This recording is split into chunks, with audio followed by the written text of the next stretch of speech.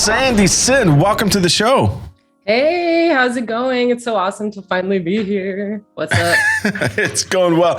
You've literally been in like almost every stream we've ever done. It's fucking amazing. Yeah, since the very beginning, since the Facebook days, actually. Yeah. Since the good old Facebook days. No, not a lot of people know about those days. Yeah, what's Facebook? Yeah.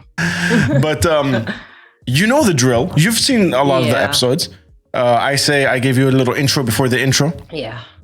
But just in case there's anybody in the chat that doesn't know who you are, introduce yourself to the tribe. Yeah, sure. Hello, everyone. My name is Sandy, and I'm addicted to milk. That's it. No, but you know, guys, I actually have a confession to make. I actually don't really like milk. I actually, I was gonna. We've had a bet. Yeah. How long it will take before that milk conversation comes up, and it's within seconds. That's going to be the main topic. We're not going to talk about music. We're just going to talk about milk the whole entire time. That's it, guys. That's all we're going to talk about. No, but you know, in all seriousness, like I actually prefer almond milk. I actually don't really like real milk unless if I have nothing else to drink. So I just want to get that out of the way, guys.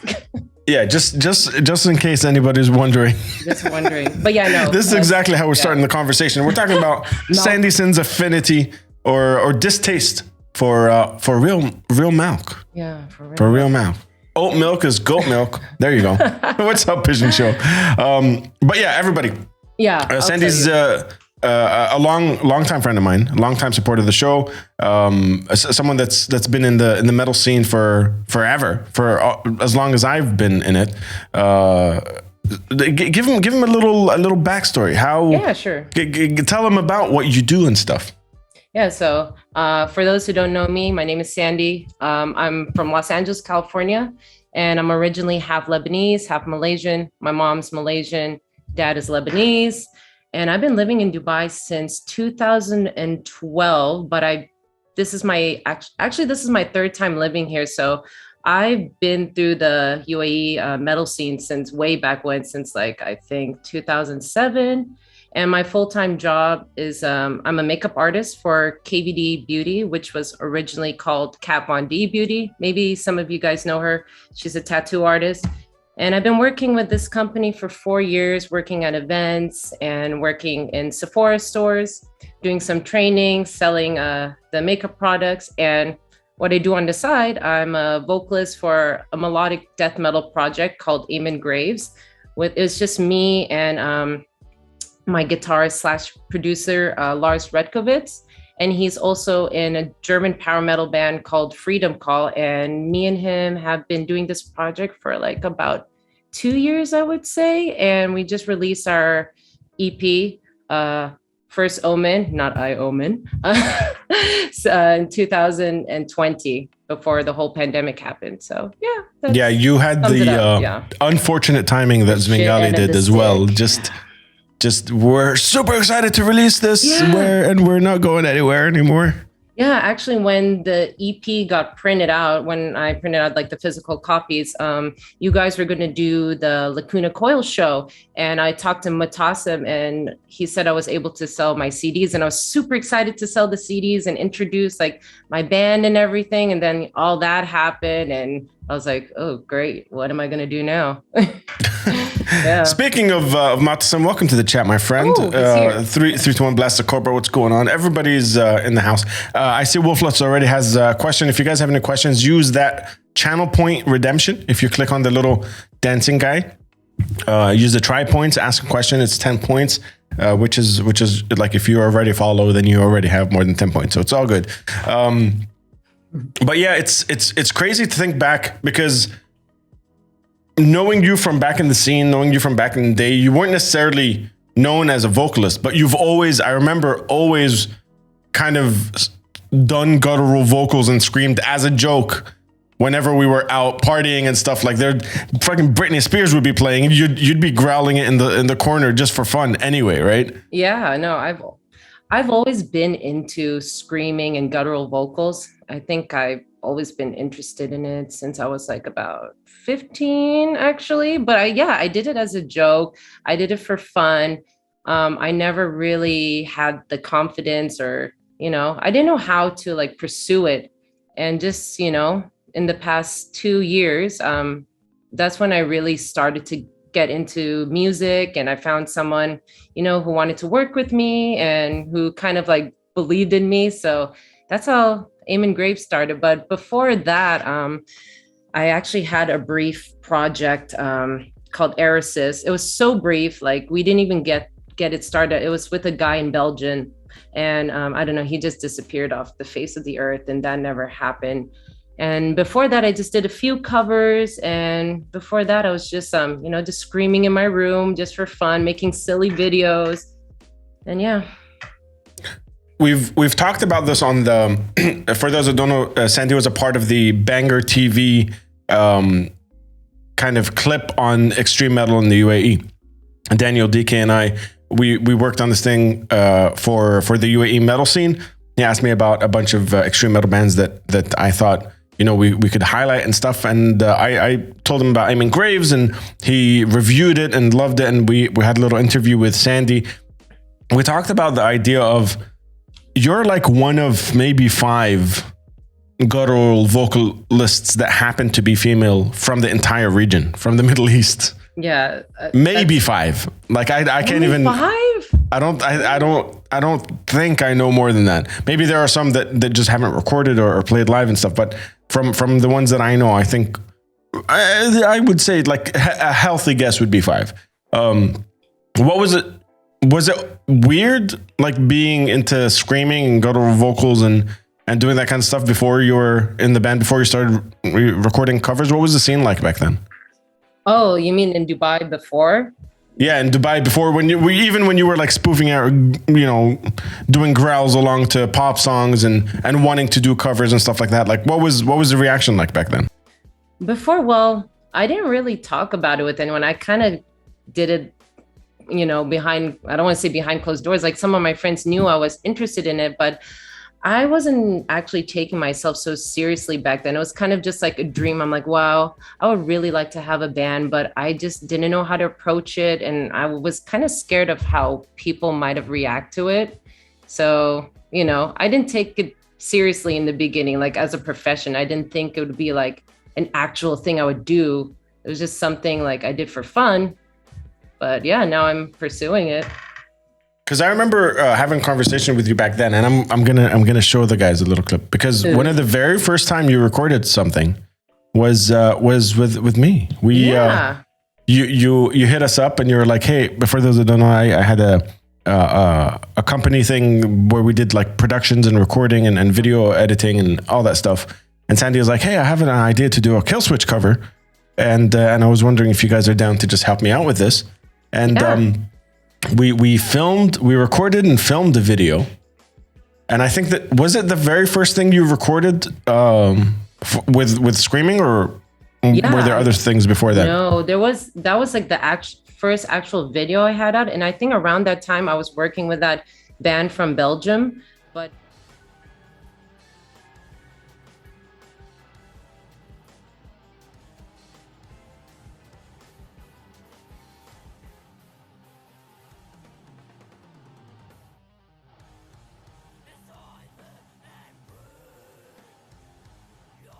I'm watching this video now. This was filmed in a living room with one light.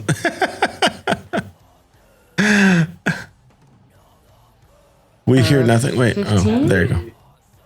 Oh. Unmute. Oh, okay, there we go. Muted. Well, it has to happen once. It's the name of the show, you guys. It's the name of the show. Gotta happen. Oh no. But yeah, there it is. There's the video. There's the video. That was a lot of fun, there is sound.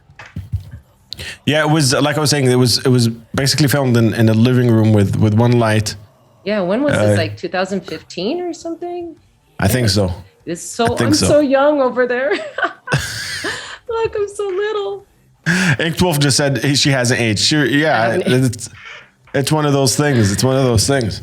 But I remember you talking about like just what you wanted to do with the videos and what you wanted to do with the vocals, and the fact that like no one else was doing it around back then. You just had this drive. You're like, I don't give a fuck. I want to figure out how to do things and put them out there. I wanted to make it happen. Like, there's no way I could like get the ball rolling if I don't, start something. So I was like, you know what? I was really afraid to do it. Like, really, it was really nerve-wracking for me.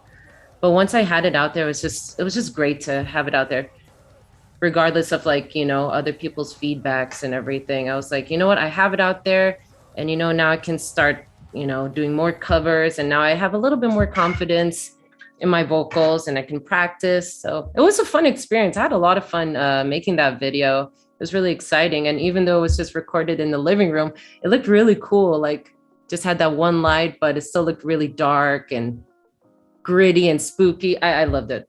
That's one of my specialties is low budget filmmaking. How to make things look really cool. We're like, okay, we have this light, and we have, I forgot what else. I think we literally just used that one light, and maybe like something to bounce off it. And I'm like, how do we make this look cool? All right, and we figured it out just standing there. Yeah, it looked great. We got the little lamp of good behind us, The lamp of good is always there. Yeah. It's been a part of our lives this whole time. Forever, we haven't even known it. Yeah, exactly. But the Zombie Soup is asking, how do you react to people being amazed by your vocals when they find out it's actually you behind the mic? And I want to lace that with how the reaction was back then for that Killswitch Engage cover. Oh, I don't know. People were I got mixed reactions. Like, there were a lot of people who were just like, whoa, okay, no way. I didn't know you were into this kind of stuff, that you could do these kind of vocals. And then some people are just like a bit scared. They're like, that's coming out of you? I'm like, yeah, I scare myself sometimes too. I mean, still to this day, like when I hear myself, I can't imagine that it's me sometimes. I'm like, that's me? Really? Sounds like someone else. Sounds like a little crazy demon, So is there a split personality? I'm always curious with the vocalists about this, because a lot of people say that I'm not the same person on stage that I am when we're hanging out or on stream or whatever. Do you feel like there's a switch when you do vocals like that? There's definitely like some sort of like, I want to say, a different kind of energy channeling through. Like, I just get into the zone and I just channel my vocals. But at the same time, I do feel like myself, like the way I act, I am acting like, even in the video, if you watch some of my videos, you can see that I'm trying to be brutal, but you can see a little bit of the goofy Sandy leaking out through there. So my personality is still there, but I definitely have some sort of different energy, like channeling through me when I'm screaming, and I have all this adrenaline. So yeah. It's not so much different, but like I have some sort of like energy. Yeah. Yeah. I've been trying to explain it to people, because a lot of people say like my stage presence is very different to who I am off stage. And I'm like, I don't necessarily think that. I think to me, I feel exactly the same, but it's just like an exaggerated version of a version. Oh God. Not this again. It's an exaggerated version. Of everything I want to do and say, John's Music Box, what's going on? That's speaking of versions. Oh shit. Okay. No, but you put it in a really good way. It's just a different version of myself, It's still me, but a different version. I don't change that much, yeah. It's just exaggerated. Like, instead of saying, exactly, how's everybody doing? I'll be like, how the fuck you doing? You know what I mean? Yeah. It's just a little oomph on it. A little energized version, yeah. But you recorded a bunch of covers, posted them on YouTube and stuff. How did the whole Aiming Graves idea, and how did meeting Lars and all that stuff happen? Okay, so kind of have to, I've known Lars for a really long time. I've known him since, I don't know the exact date, but I think I've known him since 2013. I've known this guy for a really long time. And well, since it's the Unmuted show, I'm going to be pretty open about my past. And I think, I just saw that. Woo. But yeah, in the past, the way I met Lars was actually through one of my exes. Actually, he was a musician, and through him I met Lars, and I made friends with like a lot of people in the metal community in Germany. And me and Lars stayed friends for a long time. And at one point, he knew I always liked to do these kind of vocals. And one day he was just like, you know what? I've always been wanting to do like another project. I love Freedom Call, like the band that he's in now, which is a power metal band. It's like, it's fun and everything, but I want to do something like a bit heavier, a bit more like melodic death metal. And I know you're into this kind of music. Would you like to, just work on this project with me? And I'm like, yeah, hell yeah. I'd love to. I'd love to. And he started writing like the songs, the instrumental layouts. He sent me the instrumental layouts and I just wrote the lyrics and everything, sent a little bit of a vocal sample. And then afterwards, I think like a few months when I was done writing the songs, in the summer of 2019 or something like that, I went to Germany and recorded the first Omen EP. So, yeah. So you flew out there. Was this the first experience in a studio and that kind of stuff outside of doing the covers and the YouTube videos? Was this the first time like I'm flying out to a studio in another country to record an album? Like, yeah. How was that going down? Yeah, that was pretty crazy. Like I have recorded like obviously like with you guys and some home studios and well, actually where Lars works, it is a home studio, but it's a huge studio and he actually made some upgrades in his house now. Like it's getting a lot bigger, but yeah, that was the first time I actually traveled to another country to record. It was pretty crazy. And it was because I'm always thinking about lyrics constantly. Like when it comes to Svengadi, I'm constantly thinking about lyrics. Even going back to the first EP we ever released, I listened to stuff and I'm like, should have done that here, should have done that there.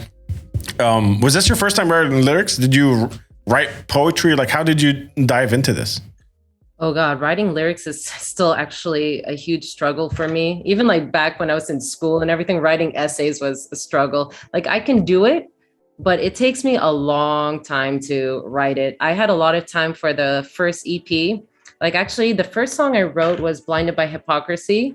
I wrote that song first. I don't know how many days or weeks it took me to write that song. And then I took like a huge pause. I think like I paused for like a few months and then I started writing the other songs. And it's kind of challenging. But when he sends me the instrumental layouts, I listen to the song, try to get like the mood, the vibe of it. I'm like, okay, what do I think of when I hear this song? And then from that, I'll just like kind of hum it out. Like like, and then kind of make lyrics out of it. And that's usually how I write lyrics. Yeah, I always approach it a little more percussive as well. Like I think of the pattern first. Yeah. Like, I think of it almost like a drum beat. And then exactly, I try to see if it sounds good as a pattern and then try to like lace the lyrics in there instead of just, have lyrics, try to fit them into the melody. Yeah, I don't know how some people they'll just write a bunch of lyrics first and then they'll listen to the music and try to fit it in the song. That doesn't work for me. I really don't know how people do it. Like some people have lyrics written out just there and they just manage to fit it into any song. But that doesn't work for me, but props to like people who can do that. But I find that a little bit more challenging. Yeah, Pigeon Show says he does the same, and I know there's a bunch of vocalists in the chat. Wolflust, if you give us your take as well, how you do your things. I'm very curious about how everyone does that stuff because there's no wrong or right way to do it. It's just the idea of doing it for the very first time, and that was your instinct to do that. Because I'm old, by the way. I've been in a lot of bands. I've been in a lot of bands where I was just trying out different shit each time. So it was that was like my conclusion was I will resolve to doing it this way instead of writing the lyrics first and then fitting it all in. Yeah, I mean, I don't know. It's just it's a tricky process like to write lyrics, but once you get the song, you get the vibe of the song, Yeah, you get the hang of it. Like once you get that first stanza, the first verse, then you can kind of get the words to fit in, to rhyme sort of. And yeah. It's so we have to discuss this because you said it in your intro. We have to discuss it. Oh dear. Okay. You said First Omen. Yes. The album. Yes. And we need to talk about this. We need to talk about. Oh God, we're going to talk about it again. You guys, everybody in the chat, what does that say? What does that say, guys? Read it carefully. I say I Omen. I've been saying I Omen since it came out. Just see I Omen. Listen, guys, do you see that little punctuation mark in between the I and the Omen? I mean, first and the Omen. Whoops. There you go. I period Omen. It's a Roman numerals, guys. I read it as like one Omen. Okay. One Omen. Oh. Well, Kamikoze saw one Omen. Pigeon Show saw one Omen. I've been saying I Omen Wajberry until today. Exactly. Are you serious? Like most of you guys thought that. Oh my God. Riz Zero saw it as Loman. The Romans are dead and gone. Oh shit. But no, seriously, like you guys went for this First Omen, which is an abstract approach especially without the word first. You went with the Roman 1 period cooler. Omen. Chapter 1 Omen.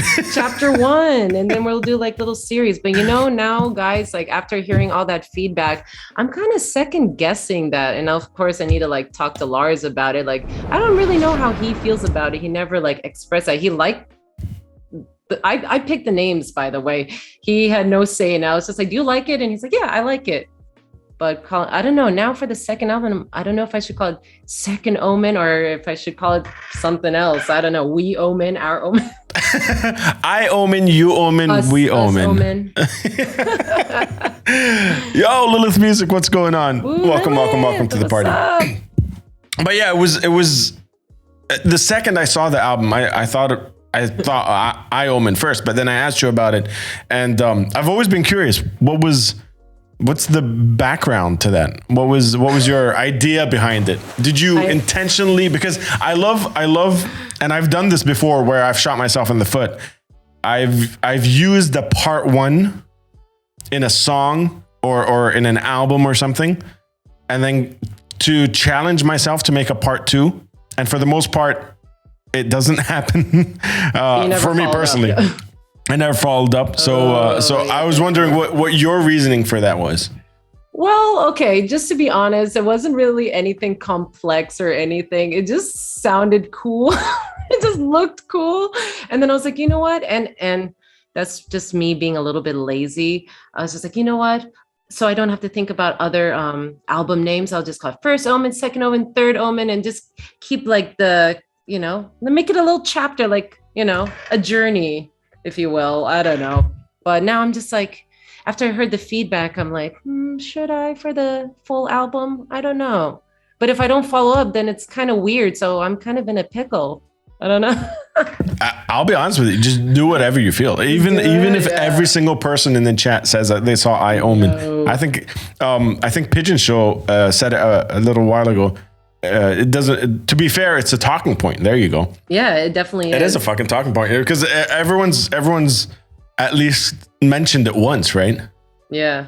Ooh, Inkwolf gave me a grade 3 Omens and then an Apocalypse. Ooh, I like that. Hell yeah. Yeah, I'm going to do that actually. Thank you, Inkwolf. I have to give him like props. With the whole lyric writing process, there were some songs I had to turn to Inkwolf and he helped me with some of the lyrics. Like he is great at writing poetry. He's just great at writing in general. So sometimes he would help me out, give me some ideas. And yeah, he was a major help like during some of the lyric writing process. And for the new album, I don't know if some of you guys were there. Like I had a stream where I had you guys help me with some of the lyrics for the new songs, and you guys were a great help. So yeah, I did that as like a fun little thing and to help me because I get like writer's block a lot. So yeah, that was a new It wasn't the same for me when I asked the chat. I did it once where I was like, you write a song with me. I think it was all about balls. There was a verse. there was a verse about Kaka. Yeah, it was just. Oh my God. I still screamed it. I still sang it, but it was just. Don't ask the chat for stuff. The last time they said I require milk and lasagna was one of the. That was hilarious. Was one of the mosh calls. It sounded badass though. No, it works you. Though. It sounded great. Thank you. Ooh. Yeah, that's one of the songs. There you go, Bragner. Not during a podcast. But what I wanted to move on to is you guys are still a two-piece band. Yeah. So one guy does the music, you do all the lyrics and vocals. Yep. It must. Is there any friction between you guys? Because when I'm with my band and I'll see them at like 4 a.m. tonight, when I'm with them, it's chaos. It's absolute fucking chaos. Not like disagreeing necessarily, but there's so many opinions going back and forth, especially in the writing process. What is it like for you guys? Is it smooth sailing, or do you guys ping pong a lot? Actually, that's the great thing. It's just the two of us, but eventually we do need a full band. And when we first started, he was already looking for some bandmates in Germany. Actually, the end goal is for us to be a German band. Honestly, like we say it's a UAE band because I'm here, but I'm going to be the only one from the UAE. And if all goes well, we're planning to have like an all German band. But who knows? Maybe I'll move to Germany, but that's going to be a little bit tricky. But anyways, like with the communication between us, since it's just the two of us, it's weird. It's pretty smooth sailing. I usually like the music that he writes. He's a great producer. He writes for a bunch of other metal bands, and not just metal bands. He also works with like German pop singers and everything. So he's really good at what he does. And I usually like the songs that he makes. And most of the time, he usually likes the lyrics that I write, the vocal pattern. If there's anything that we need to change, he'll correct it during the recording session. But the only, I guess, I don't want to say negative thing, but the thing is, like, since he's in another band, a full-time band, and he's touring a lot and working with a lot of other musicians, the process is really slow. But once we get the songs ready, it sounds great. Yeah, so that's how it is between us for now. But I can't imagine how it's going to be when we have a full team of people. So yeah, a full team of people. It's like, I always say, it's like, dating four dudes, dating for other dudes, and everyone's emotions are. Sometimes you're like, hey man, you hurt my feelings. Yeah. But you mentioned touring. Is that something that you're planning on doing somewhere in the near future? Is it, or do you intentionally want to make this kind of a studio project, a studio band, and keep it in on the record? Oh no, like definitely. I don't want to say anytime, well, hopefully soon, but the end goal is to definitely have this, to have to make Amen Graves a full band, a full touring band, and go on tours. When in the beginning, as I was saying, we were discussing, he was introducing me to like some other musicians in Germany, like potential people that could be in the band. And I don't know, we made the first EP. He liked it, but he wants to make a full album and then introduce it to some like record labels first. And then, then we can start creating the band and everything. But another option that we had, and I already discussed this with him, and I think you've seen some posts that I made, but I was looking for live session members here in Dubai, just so I can get the ball rolling, just so I can practice, I can jam, at least play local shows for the start, and then eventually we can lead up to it. And if some of the live session members want to stay for the long term, I mean, we can, they can stay for the long term and do a full on tour. But yeah, we're still like kind of indecisive about that. But the end goal is definitely to just tour, be like a full on band, and, make this happen.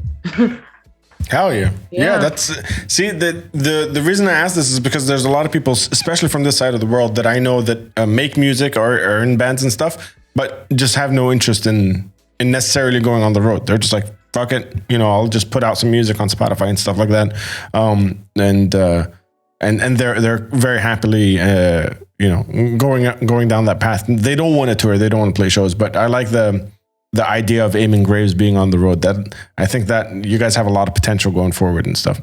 Oh, thank you. I'm glad that you think so. And I really want, I think this, if we get this band together, I think it's going to sound really good live. And well, I definitely need to practice a bit, but with Lars, he has like a lot of good connections and everything. And, I've been on some tours with his band Freedom Call. So, we got the connections there, but we just need to just get everything together, just find the right people. It's really important to find people that you can, just work with who are suitable. Like there were some people I went through and I'm still like indecisive about it. So for now we are, I guess, a studio band, but that's not, we don't plan to stay that way. But and since COVID happened and everything, this was like the perfect time just to promote the music digitally, promote it on social media and stuff before we, start playing any shows or finding new members. So I guess COVID was kind of like a blessing in a way because I really had time to just promote the band. And yeah, that's what I'm doing now. But since things are starting to open up, I'm starting to look for some band members again. And yeah. Pigeon Show says, always pick your bandmates, never take what you can get. Yeah, no, definitely. I think that's 100% true. Exactly, no. You have to get along. Like with Lars, like I knew I got along with him. So I was definitely, and he asked me and I was like, yeah, hell yeah, we get along very well. We pretty much agree with we're very compatible, but yeah, things are just a little bit slow now because it's busy and especially with COVID, but yeah, we make a great team and we hope to find people that, that we can get along with, that's like, that we can vibe with. And you want to be able to be friends with them and enjoy, because you're going to spend a lot of time with these people. So it's really important to find people that you really get along with. Yeah. Yeah, 100%. 100%. We, Ink 12 says China should be your bandmate. That would be sick. Oh, trust me. Actually, before she left, I already discussed this with her. I was like, I want you to be the other guitarist of Amen Graves. And she was all up for it. And then she left. She left Dubai. But I was hanging out with her in LA in August. And she told me she was still up for it and everything. But, now she's busy with 2 other bands. But, if she ever moves back here, definitely, like, we would love to work with her. I mean, that would be amazing. But yeah, she was definitely she's someone I want in my band. And she was the first person I approached, by the way. So we'll clip this and send it to her. She knows about it. Yeah, we always talk about it. I'm always like, please be in my band. Just be in my band. Like, we're such great friends. We get along so well. And she's just a great person. So, and super talented guitarist. So yeah, why not? I just want to take a second to shout out everybody that's joining us now. Jesse Ray, how's it going? Holy crap, Oldie, where have you been? Folkzilla's in the house. What's going on, Omar? Omar, how's it going? Up? Pure Metal Elmo. All the beautiful people Everybody's are here today. Here. Hi, all Jesse. the gorgeous people. Oh my God, I'm just reading the chat a little bit. Hi, everyone. Lord Zeppelin with the fire. Ooh. Can we take a moment to appreciate the makeup game tonight? 100% snatch, y'all. Mm-hmm. Let's get a little close up here. My lashes are a little wonky, actually, but yeah. Yeah, I mine. tried to match with my hair. I match my eyebrows with my beard, you guys. Oh yeah, I match totally my. match. You got that natural smoky eye. Yeah, I got that. I got that. I haven't slept in a days look. But speaking of makeup, yeah, we mentioned that you do a lot of you work, your daytime job is makeup based and everything's makeup based. But I feel like you found this middle ground where you bring makeup to the metal scene, so to speak. Like there's a lot of stuff that you did in terms of styling, in terms of even in your cover videos, in your videos with Amen Graves, where you don't just necessarily, and I don't even know what put mascara on and I don't even know what the fuck I'm saying, but you know what I mean? Like it's almost like full makeup costume, like studio grade shit that you bring to the table. Yeah, no, I really enjoy doing that. I can play like different characters with my makeup. And that picture you actually posted on Instagram of me, that was a shoot I did with Rika. And Rika is a photographer and videographer here in Dubai. She's actually the girl I did the Ginger cover with. And she filmed that video as well. And she's a great photographer, and we make a really good team because she's really good at like taking pictures and everything and editing. But I do like my makeup, my costuming by myself. So we really work together on that. And even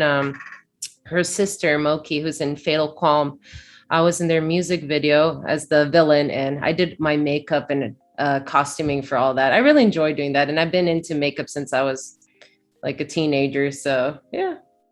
Yeah, it's pretty, it has this like special effects side to it. It doesn't, I don't know if it falls under makeup. Maybe I'm just ignorant, but like, I feel like that's like movie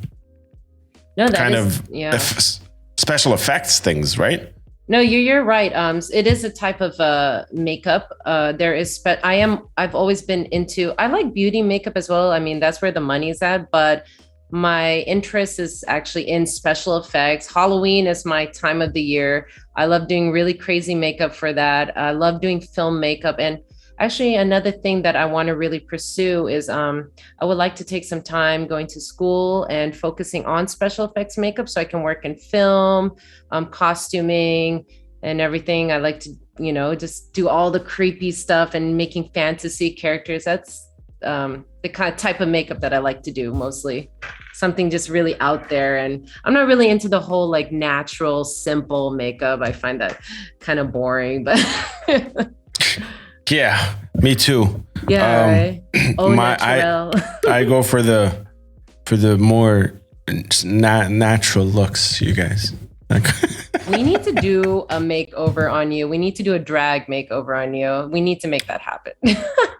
That's something that I doubt will happen. Why? You're gonna look fab. You get that glittery beard. I'm gonna give you that like smoky eye, some glitter everywhere. I don't know, contour, a little bit of contour. How about it? What do you guys say, Chad? We definitely should do like a little makeover stream. We'll pull it on Discord. I hate to see the results of that. John's Music Box says Unmuted Show is going for that. I've just been dragged through a bush look. Yikes. A drag makeover on Unmuted Show. Where do I sign? Jesse Ray. Jesse Ray, you've already made me scream some Zvenga boys. So you don't sign anywhere. You don't start any more petitions anymore. No, that was great, Jesse. No, that was a great idea.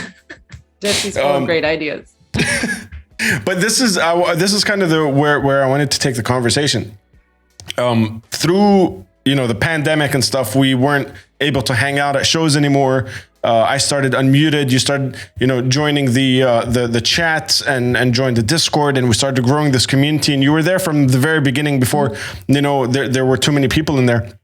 And we started meeting people like Jesse Ray. We started meeting people like Sturge Bass, who just joined. We started meeting people from around the world. So Edmund Black, all these creatives from different sides of the world, all these metal musicians, metalheads, and just all around good people, except for Lars because he likes to read. But yeah, Lars. But it started this like weird web of connections, like down to a point where it started blowing my mind when you did that cover. The Lacuna Coil cover that Sturge Bass produced, and he was on it as a bassist, and all these things. What over the last year and a half, how would you describe it? How would you describe that last year and a half in terms of connections and all the shit that we've been able to accomplish?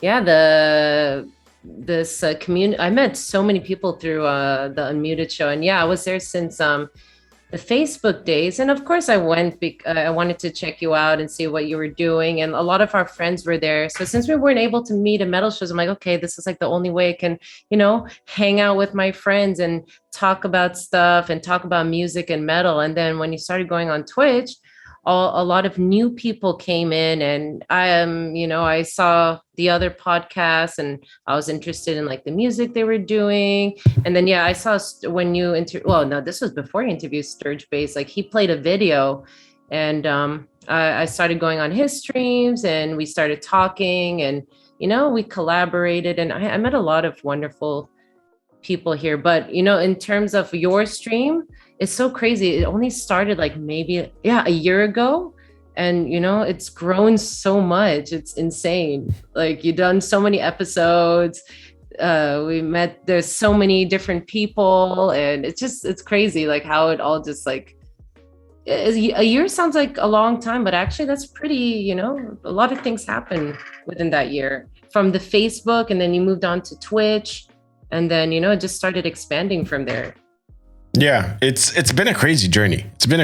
You're one of the few. I see Wajiha in the chat. I see Bragner in there. There's a few people that have been around since the Facebook days specifically, and it's like I can't even remember. We used to stream on Facebook for a couple of months. We were fully on Facebook. It was crazy. We did a lot of episodes on Facebook. I did it 3 times a week, just the podcast. Yeah, I so I spoke to people 3 times a week for 2 hours each. It was kind of crazy, but I learned a lot, and I just we kept doing it. I think that's one of the things, one of the qualities that has gotten me places and got me in a lot of shit is if I like something, I don't stop doing it. That's No, it's definitely a journey, especially on Twitch. And now that I'm starting to, you know, and after meeting all you guys, I got inspired to, you know, get back on Twitch again. Funny story, I've actually been on Twitch since 2014. I remember that. I actually remember that. I want you to tell the story because it's crazy. But before that, I just want to read Bragner's. Bragner says, I was there during the Facebook days. We don't talk about those anymore. Not So Safe echoed that. He said, we don't talk about the Facebook days because Facebook. So it's interesting that everybody remembers those. Folkzilla with Does It Gent. We'll answer that in just a sec. But yeah, let's talk a little bit about Twitch, because when you started joining the streams and you had interest in streaming yourself, I remember I was like, stream, Sandy, just do it. Just don't think about it. Just start doing it. Yeah. And I remember from back in the day, you already had a Twitch account, and you'd stream and do all that stuff from way back in the day before I even knew what Twitch was. I just remember, she does gamer stuff. So that's all I remember. Yeah, Twitch actually in the beginning was mainly just for gamers, and that's all I don't think I saw like any musicians on there. Like maybe there were very, very few. Like the first musician I ever saw on Twitch was Matt Heafy, and that was like the first musician I followed, and that was a long time ago. That was like 2016 or something. That's why he blew up. I even remember when I went to his stream, he had the same amount of viewers, like less than 30 viewers or something. Like it was a small group, and look at him now. He like blew up. It was crazy. And first when I was on Twitch, I was streaming some games, but I wasn't streaming myself. I was like on stream with my ex-partner. And so I didn't get to learn about OBS or anything. I was just part of the stream, and I just streamed video games, and I didn't get to learn any of the technical aspects of it. And then after all that, I stopped going on Twitch. I was just bored of playing video games and like the whole Twitch community in general. And then when the lockdown happened, I actually started going back on Twitch because you went on it. And I was like, oh, Twitch is still a thing? I was like, okay, I saw my account. Let's check out what Adnan's doing on Twitch. And then after watching you, I started to notice there were more musicians streaming. I'm like, Twitch is a lot more interesting now. Like, don't get me wrong, I do like video games, but I find it much more interesting to like watch musicians on a stream. That just interests me more. Like, games are cool, but I feel like there's not enough interaction. And yeah, it's changed a lot, especially during the lockdown. I think there's a lot more musicians now on Twitch. But yeah, I'm an old school Twitch person. I've been around for a long time. I'm old. It completely blew my mind, because I always knew Twitch from like, it's people gaming, other people watching. Like that's the only thing I knew. And then I slowly started I made a Twitch account because one of my friends is a streamer here, Fuzzy Bond, and he's growing insanely. And then I started checking out. I remember Blank Page was one of the first music streams I saw, and then Sturge Bass, and then Lilith, and then I was like, wait, what's happening? Fucking Pure Metal Elmo doing like artwork, and I'm like, what is this? This isn't gaming. This is like people live streaming. I had no idea it existed, and then I started thinking about moving the stream here. And one day I was like, fuck it. Let's just start streaming on Twitch. I didn't even care. Yeah, aren't you happy you did that? Oh, dude, it's insane. Like the difference is insane. It's not even comparable. And it's not because of the platform. I think it's because of the community that comes with the platform. Because you're able to have conversations, because the chat is live. Like on Facebook, you might not see the comment because it's a comment for like 2-3 minutes. So there's no like reaction, all that stuff. And it's live. We have this community on Discord, and we're growing slowly and all that stuff. So I think this community, the tribe, as we like to call it, is one of the best things about everything we've done in the last year. It's getting a whole bunch of people together from all around the world that agree and disagree, and I don't know what's going on in the chat now. But I was just reading it. I got a little distracted. I'm like, there's something going on, guys. What's happening here? Someone doesn't like my music. That's okay. I definitely read. I heard something like, if you don't like her music or something, listen, guys. There's going to be haters everywhere. There's no way you can escape that. I mean, it's just going to happen. But I don't know what you're talking about. I'm not even a little bit concerned. You shouldn't be, yeah. That might be the case because there's so many people in the chat that know exactly what we're about, what we're doing. People that have been around for a while, and people that respect other people's opinions, without necessarily having to like immediately kick someone out of the chat. But at the same time, that's the beauty of it. That's the beauty of it. It's Twitch is full of trolls, unfortunately. Oh yeah. It's all over the place. It's not just here. It's not just here. But I wanted to lace this whole thing with a question that was also asked a little earlier. What has been the reaction from friends and family after aiming graves? Because you and I have talked about this before. My parents, for example, are a little more old school. My dad saw me scream for the first time, and he's like, "What, Habibi, why are you angry? Habibi, why? Why are you angry, Habibi? Why are you so angry?" Yeah. So, what's it like for a woman with your heritage, whether or not you've shown your parents the music before? What was it like when you were like, "Listen, guys, I'm going to Germany to make an album, and here's the product, and this is what I sound like"? What was that like? To be honest, I didn't really tell them I was going to Germany for that. I'm not even sure if they know I like screaming. They've heard me scream, and they call it my scary voice. Like, oh God, you're doing your scary voice again. I mean, yeah, my parents are a little bit, my mom's not so old school, but my dad's kind of like your dad, just a little bit old school, and he just doesn't get it. And my mom doesn't really like metal music, so They don't really get it. But to be honest, I don't really talk about my music to my parents. But as for my friends, a lot of my friends do know about it, and a lot of my friends are metalheads, so they really like it. But there are some friends, like, some childhood friends, they're a little bit shocked. Some of them are like a little bit confused about it, but they see that it makes me happy. So they're like, okay, we support you. We're all for it. But when it comes to, my family, I don't really discuss it with them because they just don't get it.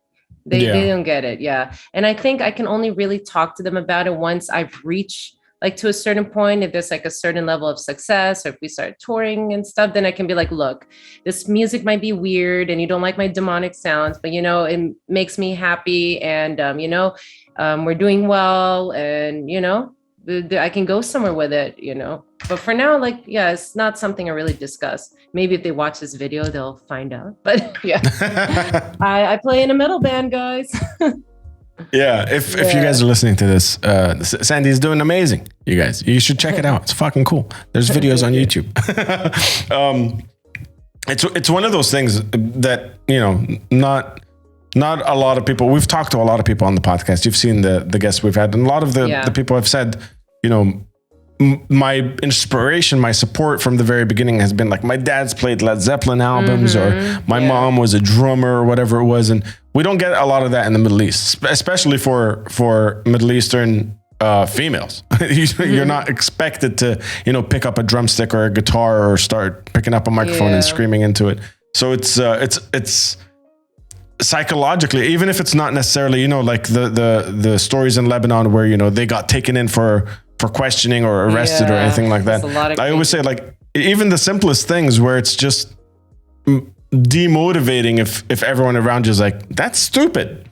Yeah, it really is. But talking about the whole musical influence and my parents, actually my dad is, well, he's not a musician full time. He just he can actually play the acoustic guitar very well, and he can do all the Spanish type, flamenco type music, whatever you call it. He can sing Arabic perfectly, and he's one of those guys that he can pick up any instrument and he can play it, and he has a great singing voice. So he's a musical guy in that sense, but he doesn't get metal. Yeah, he just doesn't get it. He's like, sure, why don't you just sing properly? And he tries to teach me how to clean sing, but you know, I am working on it and interested in it, but yeah, he's just like, why don't you just sing normal and sing clean instead of doing all this screaming stuff? Those are not vocals. Like, he doesn't get it. Yeah. Yeah. Yeah, it's very difficult to explain it, even for my parents. Where's your dad from? Bragner is asking. Oh, my dad's from Lebanon. So speaking about, because you were just saying like crazy stories that happen in Lebanon and everything. Yes, all those crazy things happen. Fortunately, so my dad's family, so my dad's Lebanese, born in Lebanon, but his family moved to California in the 70s. So luckily, I was born in California and I was able to be raised there. So I didn't have to experience any of that, luckily. But yes, on my dad's side of the family, they are a bit like, what is this? What is this? I'm like, what? This is crazy stuff. They don't get it, but yeah. Microphone. Hello. Is it Asia Doll X or Asia Doll X? Sandy, that's Chenna. Oh, Chenna, what's going on? Welcome to the party. We were just talking about you earlier. Yeah, we were. How's it going, Chenna? Hey, welcome Chenna. Sandy's been trying to steal you for her band. Yes. We have talked about it before. I want you to be the guitarist for Eamon Graves. Not there we go. You're already busy. You already got your hands full, but nice to see you here, girl. I wanted to ask you, you said you started writing new lyrics for new songs. Yes. Is there a timeline? Is there a plan? What's going on? Yeah, so about that. So we wrote 3 songs already. I just sent out the vocal layout. So this is all at the demo stage now. I sent in my vocal demo and everything, and I spoke to Lars. I think like last week. He told me that we still need to write a couple more songs, and he said he's going to put it on hold till like the middle of next month because right now he is swamped with a bunch of bands. He's recording a bunch of bands and he's touring with his other band. So yeah, we don't really have a timeline for it. I obviously kind of want to like speed things up a bit, but the way he works, like he takes his time and everything. And of course he's really busy, but once he completes something, I know it's going to sound really great, but we are planning to write a full album. Now, the thing is that we're deciding right now, and maybe I can ask like all your opinions about this. We are going to write a new album, but we are debating whether we should write like 5 new songs or like 5 new songs or something, and then add the old songs from the first Omen EP for a full album, or should we write an entire new album with like 10 or something new songs? That's where we're trying to like, yeah, or maybe even re-record the old songs, because there's some great songs in the last EP, and you know, if we have a full album and include the old songs, that will sound good. But on a professional standpoint, I don't know if it's better to just have a completely new album. What do you guys think? I'll wait for the chat to respond. What do you think? in my opinion, I think brand new songs all the way through. Brand new songs. I think the first Omen did well enough for you guys to move on from that. It's not a demo sounding album. It's not an EP sounding album. You guys mixed and mastered, did everything professionally. I think you should move on from that and release some new stuff. I just want to say, John's Music Box gifted a tier 1 sub to Chenna. Thank you so much, my dude. Yeah. I appreciate you. Awesome. Starman Black says, re-record old songs as a bonus, do a new album, and do not go over 7 songs. Even then, people will still want new material. Go for new songs unless you think you can do the old songs better. Inked Wolf says, all new. John's Music Box says, all new. Okay. Difficult, but I'd say 10 new songs from, who said that? RB Bass. What's up, RB Bass? Brand new songs for the second album, and then for the third album, maybe like a repackage of 1 and 2 from YG Berry. Blood with I think Don't Think Anything. What? I think I feel you on that one. That's usually how I am. I don't think anything. As you guys know, I'm a little bit like derp and a little bit like ADD sometimes, and I'm the queen of typos. So I feel you. It works. It works. It works. I get you. I feel ya, blood. All right. Sturge Bay says 7 new songs plus a jazz epic. What do you mean a jazz epic? A jazzy version of the song? Like what? Well, what is that? A jazz epic. I like that you got excited without knowing necessarily what he meant. You're like, oh, that sounds amazing. I get excited for things that I don't really know about. I'm just like, ooh, what's going on? And I'm like, oh shit, all right, okay. But I guess most people are saying new songs, and you're not the first person who said. I've asked a few other producers before, and they suggested the same thing. So Lars is kind of like in between. We're still deciding, but I guess like I'll tell him what you guys said, and I think we should just write a bunch of new songs. Oh hell yeah! Yeah. That's why I'm promoting this EP. Yeah. We can discuss that even more if you guys join the Discord, which Sandy's a big part of. And we have a little section called Music Talks. We can talk a little bit about releasing a full length versus an EP versus singles, because that's a discussion that we've had on there forever. Was it singles or albums, all that stuff? But we have a bunch of questions in the question box that I want to get through. Go for it. Belfagor is asking, who is your favorite drag queen, and why is it Katya Zomoldchikova? Oh my God, I love that you know who she is. That is amazing. But actually she is, I'm sorry to say, she's not really my favorite. She's a bit funny, but she's not my favorite. I like the spooky queens a little more. I'm trying to like think, but it's really hard to pick my favorite one. There are a lot of good ones, but it's not Katya. Do you watch RuPaul's Drag Race, Adnan? Have you ever watched it? I know what it is. I've never seen it. Oh, you gotta watch it. Yeah, I've not gotten around to watching it yet. Of course, like blocked. You know, even Ink Wolf, he watches it with me and he loves it. He knows all the terms. Yeah, no, it's not that I haven't watched it for any reason. I just haven't gotten around to it. John's Music Box says you haven't lived. Yeah. When we're done with Hell's Kitchen, we can start it. Absolutely. Yes. We want new Aiming Graves. There you go. Woo! There you go. It's coming. I don't know when it's coming out, but we're in the process, and I'm just love. Some of you guys heard bits of the new songs, so I don't know what you guys thought of them, but yeah, I'm pretty excited about it. Can't wait to see what else he comes up with. So yeah. Hell yeah. Yeah. Blood's asking something that I'm not necessarily sure I understand. Bloody Charming Sandy Syn. Then he says, what do you think about a metal cover from Russian girls? Thanks for your answer. Wait, who are the Russian girls? That's the only thing he wrote. I mean, send me the song. I could do it. Like I do metal karaoke on my Twitch stream sometimes. Sometimes we put like pop songs and I totally butcher it with demonic vocals. So I mean, send me the link and maybe I can learn it. But if it's in Russian, I think it'll be a little bit tricky. So, maybe it could just be a simple reaction. Maybe if you want to see what she thinks of Russian metal covers, send her a video for a reaction. I also do reaction videos, so you can send that link on my Discord or wherever, and I'll react to it. Sure, why not? And speaking of that, if you guys haven't already, !guest in the chat, you'll get Sandy's Twitch URL. I almost forgot that term. Twitch URL. Head on over there. Hit follow if you haven't already. She streams the metal stuff, all the vocals, a bunch of listening parties kind of thing. I still would like if she called it Sandy Sings with an SYN, but she hasn't yet. No, I think Sandy.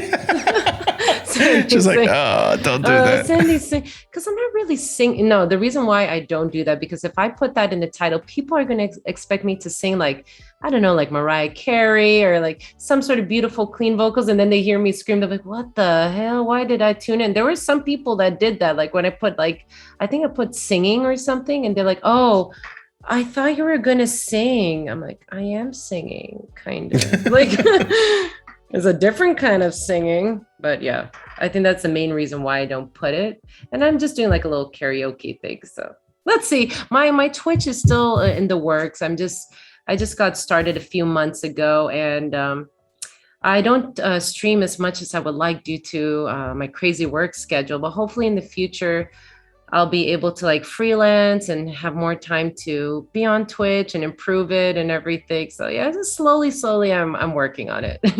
Oh yeah, it's a work in progress. Yeah. The tribe already knows. Most of you already follow her. Hit the follow if you don't already. Hit the follow. I have two more questions for you, Sandy. Sure. One is from Wolflust. Okay. Can we hear Sandy curse in Arabic, Lebanese style? Oh God, are we really gonna do this? Am I gonna get in trouble though? With who?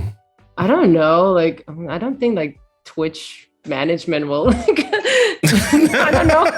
Do they understand Arabic? No, I think. Get in trouble?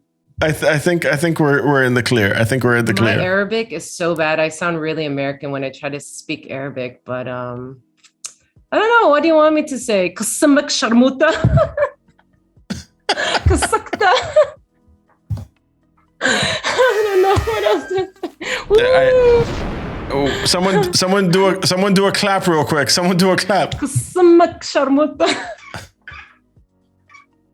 My favorite. Have you listened to her saying the shitball, the shit ass? Yeah, I can't say that. That's really fast. Was that good enough for you? I'm sorry, my Arabic accent is like really terrible.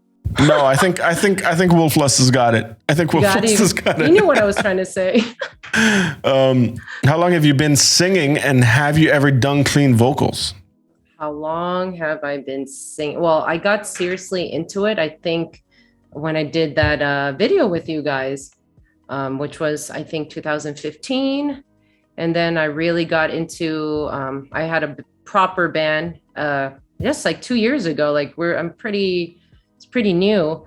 And clean vocals, yeah, I'm trying to work on it. And I don't know if I would not count these as clean vocals, but in that Kill Switch video, actually Beiluni from Coat of Arms was recording that, and he wanted me to be really experimental. He was like, okay, Sandy, I want you to do the talk screaming. I want you to do a little bit of clean. I'm like, my clean vocals aren't that great. He's like, no, just try it.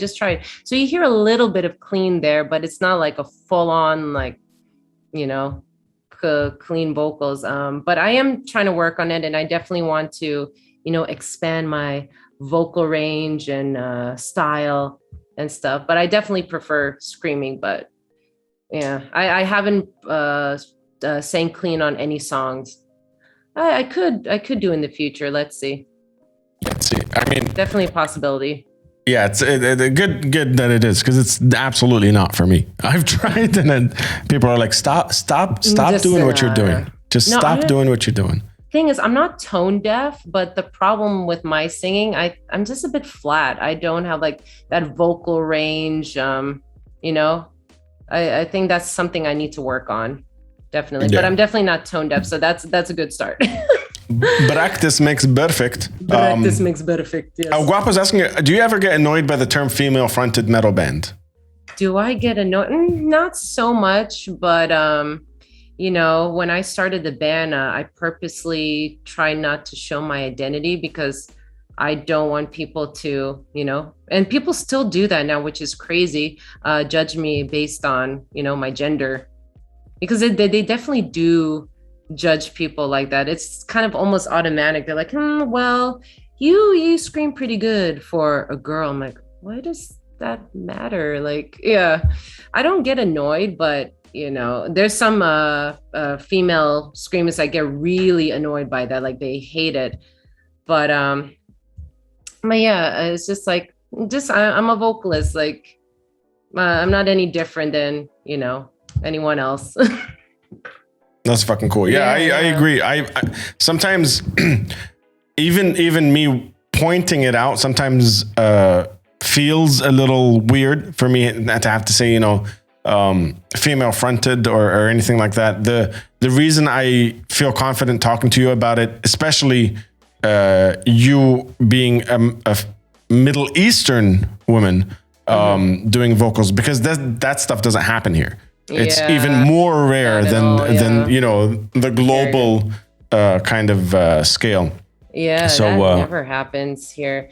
But you know what? I do like, it depends who I'm talking to. If I'm talking to another band with another female fronted metal band, yes, I do use the word sometimes just to show support, because obviously like I do like to support other bands with females in it, because, I just think it's great to support each other and get that connection going and stuff. But it's not because they're just females, but I don't know. It's hard to explain, like, but it depends on the person who says it. Like, when someone has like a bad intention of, when they say female fronted, like, oh, okay, you're good for a female. But if another female saying it to another female, I feel like it's more of a supportive thing.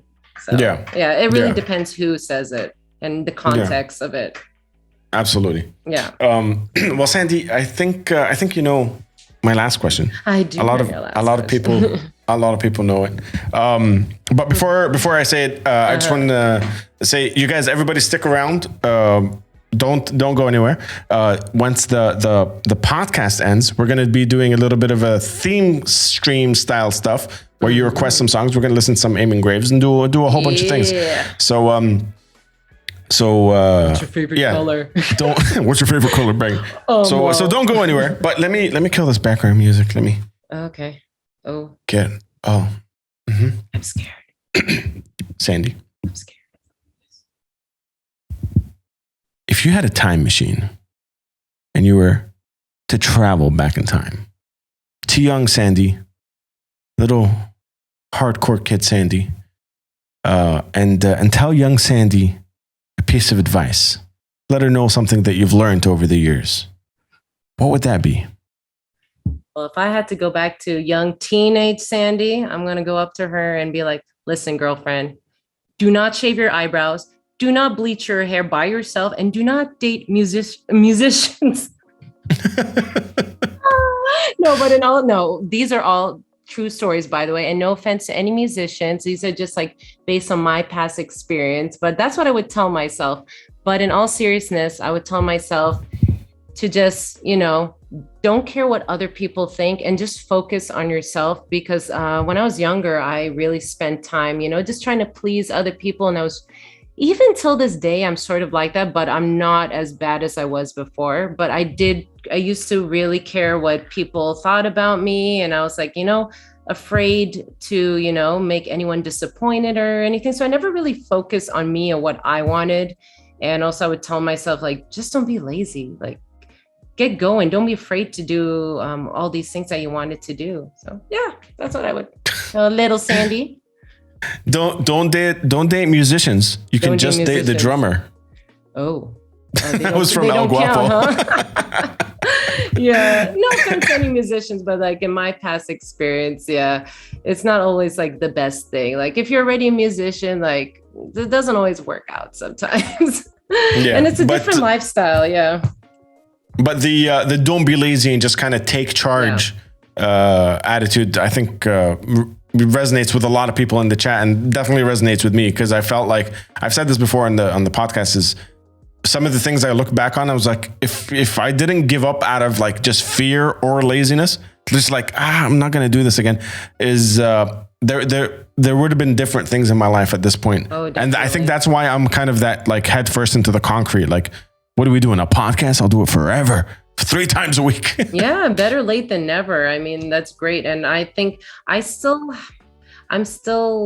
like the little younger Sandy, but I'm a lot better now. I'm less lazy. I think I'm being more proactive with what I want, and but it's going at a slow pace, but I definitely improved a lot since I was young. I still have a little bit of that fear inside of me, but definitely now, especially now that people have heard the EP and everything, and I've heard like really great feedbacks, and especially when the EP was on Banger TV and they gave our EP a really great rating. I was like, wow, okay, people really like it. And then when we had the Metal Masters, we won the competition in Germany. So it's just like, okay, we don't suck. I'm on to something. I'm on to something. I'll keep going at it. Like, it was really a great push and motivation for it because, yeah, you know, the internet is a very judgmental place. Like, when I posted my videos in the past, like, I would read too much into the comments and I'll be like, that kind of hurts my feelings and stuff like that. But now I'm just like, I don't give a fuck, whatever. Like, there's going to be, like I was telling you guys, like, there's going to be haters. Someone, even if you're the most amazing band in the world, there's going to be someone that's going to hate your band. You're not going to please everyone. It's impossible. 100%. 100%. And I learned that a long time ago, you know, uploading videos on the internet with Bragner, that guy in Head Videos. If you remember those, the stupidest videos in the world. I've seen those videos. I've seen you way back. I've seen your YouTube videos from before when you and Tara used to do makeup on each other. Well, you used to. It was just one video, Sandy. Don't make it sound like our... I think there are some hidden videos there. You're just hiding the videos. And no, you did little travel vlogs. 100% hidden videos. There's definitely hidden videos. That you don't want to show to the... Yeah, so I've seen your videos, yeah. But yeah, from back then, I learned, like, if you're not doing it for yourself 100% of the way first, it'll suck. So music included. Like, if you like it, you're proud of it. Don't look at because it's the vocal minority that are mostly out there saying, hey, I don't like this. Yeah. The majority that like it either just consume it and walk away, or just kind of like we had a conversation with Rami Leb Metal where he's like, I just pass things on. Like, if he likes something, he'll pass the link on to his friends, or he'll share it, try to get more people to listen to it. But it's the people that are yelling the most in the comments are the vocal minority that dislike something. Exactly. So it's never really balanced. And to be honest, those people who do make those negative comments are usually not other musicians or vocalists. They're just like, they just hide behind like the screen. They don't show their identity. And it's just, you know, there's lots of trolls online, or, you know, there's a lot of people who will be jealous or, you know, competitive or something. And, you know, they will just hide behind like the screen and say all this stuff to you. So you can't like take it personally, because, you know, whoever's writing that must be a very sad person to like really write something like that, you know? So that's how I see it. Yeah. Yeah, absolutely. Well, thank you so much for your time, Sandy. And everybody, like I said, don't go anywhere. We're going to be listening to this lady scream in just a little bit. Ooh, scary. Yeah. Thank you so much for being here. Thank you for your time. We fucking finally did it with your hectic work schedule and everything. My work schedule is crazy.